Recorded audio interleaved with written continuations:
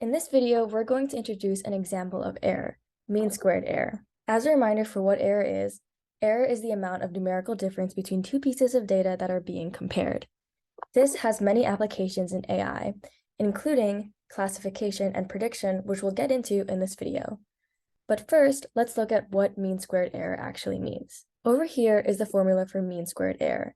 Essentially, what it's doing is for each value between two pieces of data, in this case A and B, we get the difference between those values, square it, and then add all of these squared values together, which is signified by the summation value here. After we add all those together, then we're dividing by n, which is the number of observations in the data. Let's write this out with this example of the data that we have here. First, we get the difference between B and A. We do this by looking at each of the pairs of values for B and A and subtracting them from each other.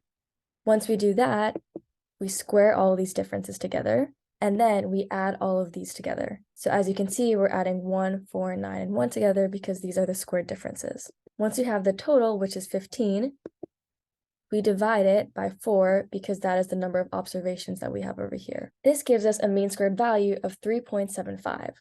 So what does 3.75 mean? Or in other words, what does mean squared error mean? Mean squared error is a way for us to measure the distance or difference between two groups of data. Let's look at another example of when the data is similar and see what happens to the mean squared error. In this case, I've changed the values of B to be a little bit closer to that of A. Again, we can calculate the difference between B and A, square those, sum it together, and then finally divide it by the number of observations that we have, which is 4. Here we get a mean squared error of 0.5. This tells us that the more similar the values are, the lower the mean squared error is, because we're literally calculating the difference between the values of two groups of data. Let's look at some examples of mean squared error in AI. First, let's look at classification. Classification is when we group an unknown object in a certain class. For example, we can use mean squared error to calculate if a random person is an athlete given certain characteristics. In this example, we first gathered information about an average athlete, seen over here, such as minutes per mile, calories per day, and resting BPM. We can compare these with random people, like this one and this person here, to determine whether or not they're an athlete. This is where mean squared error comes in.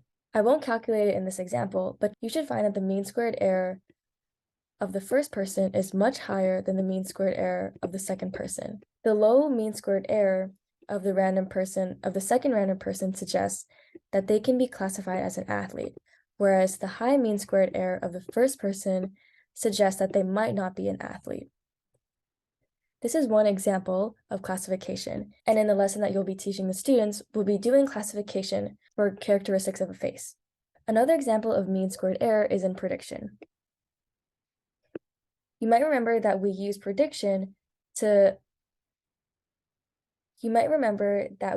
a line of best fit model to predict values.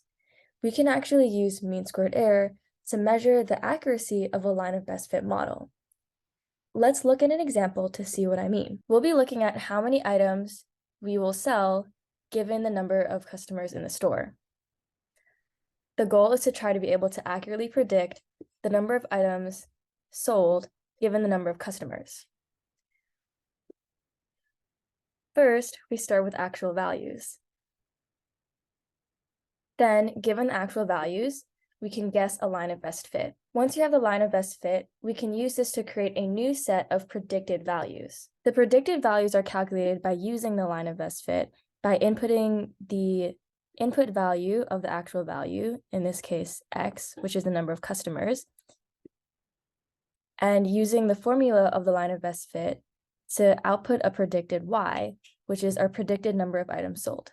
Now that we have the actual values and the predicted values, we can compare the actual and predicted values to get the mean squared error.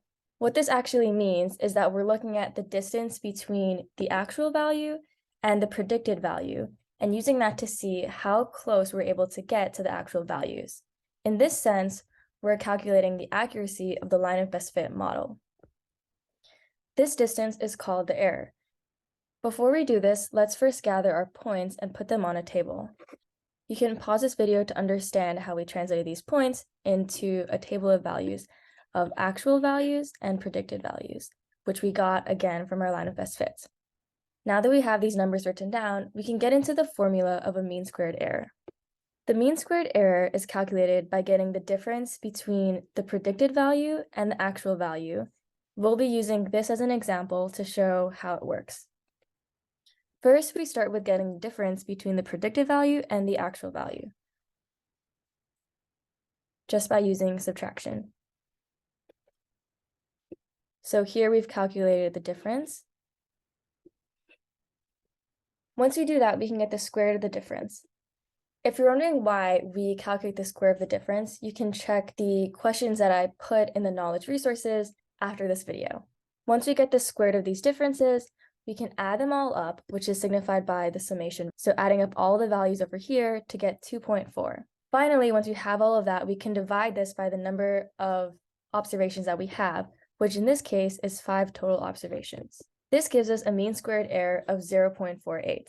Great, so we've calculated a mean squared error for this line of best fit model for our prediction for how to calculate the number of items sold given the number of customers in the store. So what does this value mean? Is 0.48 a relatively good mean squared error or a bad mean squared error? To put this into perspective, let's look at if we had a different line of best fit for the same example. Let's say we had this line of best fit, which is much steeper. We can predict values just like we did before by marking new data points, and we would be able to calculate the mean squared error in the same way by getting the distance between the predicted value and the actual value. So I won't calculate the mean squared error, but think about if the mean squared error would be larger or less than the mean squared error that we had in our previous line of best fit, and what this tells us about which one gives better accuracy for predicting the number of items sold. Remember that the less error a model has, the more likely it is to give accurate predictions. So that was an example of how we can measure the mean squared error of a line of best fit model. And hopefully this explains a little bit more about how we use error to measure the success of a mathematical model in AI.